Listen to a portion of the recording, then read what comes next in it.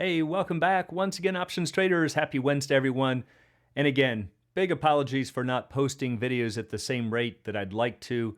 It's just been an incredibly busy start, all for good reasons for 2023, but I will hope to get back onto the same pace. But in the meantime, it's just going to be kind of a hit or miss basis until I get back on track. But this video comes to us from one of our traders as a request. Now, it came from an article where the author was talking about why Bitcoin isn't likely to outperform the S&P 500. And he showed this cryptic-looking formula that was showing why it's so unstable when you get super high volatility assets such as Bitcoin. So it's a little bit technical. Actually, it's a lot technical, but because it's a request, we're going to go ahead and tackle it. But the main thing to understand from it, if you don't follow the math, is just that when you're dealing with higher volatility assets, that yes, you do need a higher return, but that return might not be high enough to outperform the S&P 500. You just can't compare the returns of the two and think that you're better off. So let's go ahead and take a look at what the formula is and why it means that Bitcoin would need to have a super high return to match the S&P 500. So before we get started, as always, please be sure to click like and subscribe. It's greatly appreciated and definitely helps to promote the channel. So the first thing, this is the article that the trader posted talking about why Bitcoin has to average 30% per year to break even with the S&P 500. And there's the equation. And he gave a couple of examples, but didn't really show the details. And I have a feeling that's what the trader was looking for. So one that we're going to show is right here with the ARK fund and why he's showing that it has to return 18.4% just to match the S&P 500.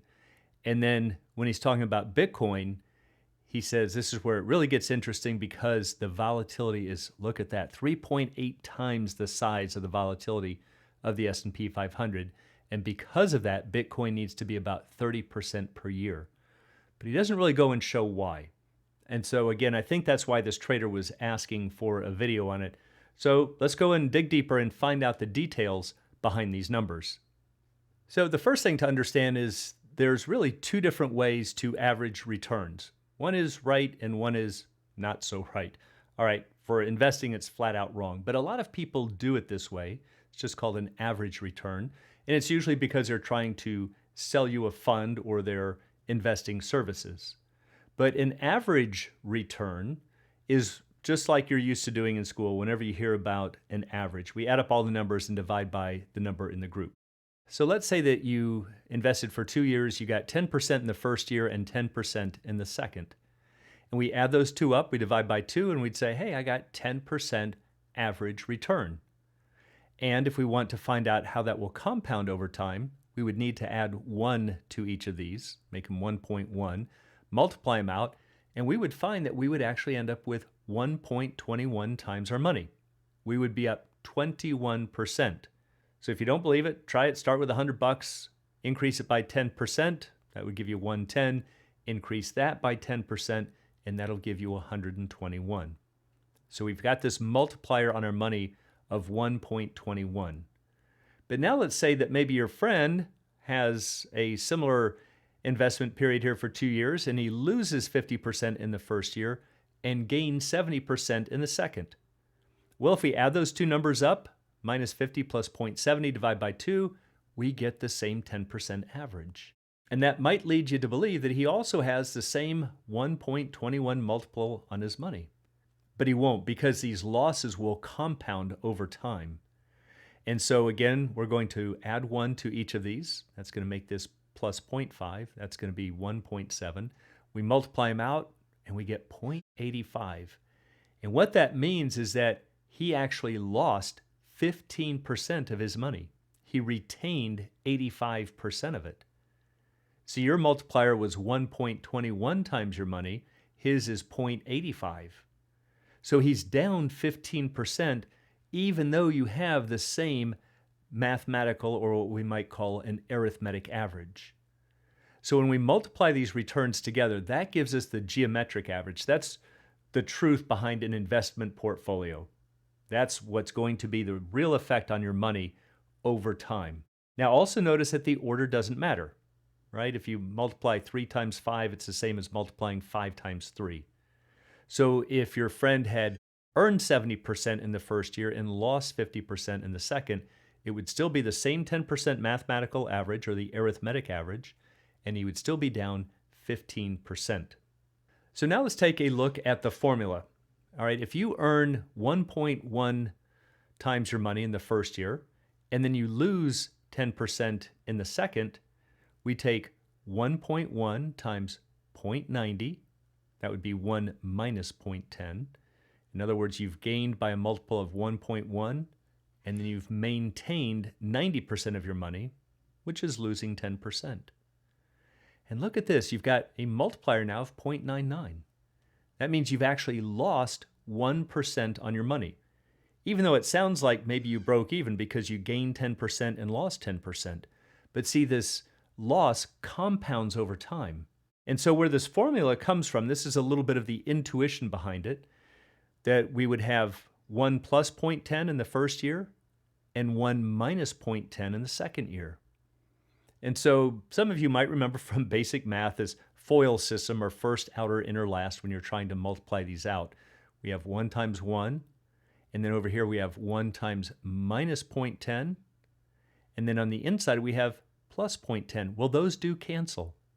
But take a look at these last terms. Plus 0.10 times minus 0.10 is minus 0.10 squared. That's where this guy comes from right here. And so that's where the formula is coming from. We're taking some number, subtracting off the volatility, let's call it squared, but we have to divide it by 2. Because over 2 periods you lost 1%, which means on average you lost 0.5%. So that's where that division by 2 is coming from. So that's a little bit of the intuition behind the formula. Over time, as you're gaining and losing money, these losses compound, and it's going to depress the arithmetic average by this factor over here. Now, a couple other points: that the arithmetic average will always be greater than the geometric unless you have no variation, but the arithmetic returns are reduced by the volatility. And again, that's what this formula is showing. Now, this is just showing us, in statistics, they call this mu, or the average. The average of the geometric equals the average of the arithmetic if we subtract something off. So remember, the arithmetic will always be greater. So if we take the arithmetic average and subtract something off of it, we can get it to balance with the geometric. So this little piece over here is a correction factor that is found a lot in finance. In fact, look at our very own Black-Scholes model over here. The D1 factor, right there. We have to correct by the risk-free rate plus variance over 2. So it does show up a lot. It's a very well-known correction factor, and this person was just applying it to Bitcoin. So now, with that little bit of a background, let's jump over to an Excel spreadsheet and find out where the numbers are coming from in the article.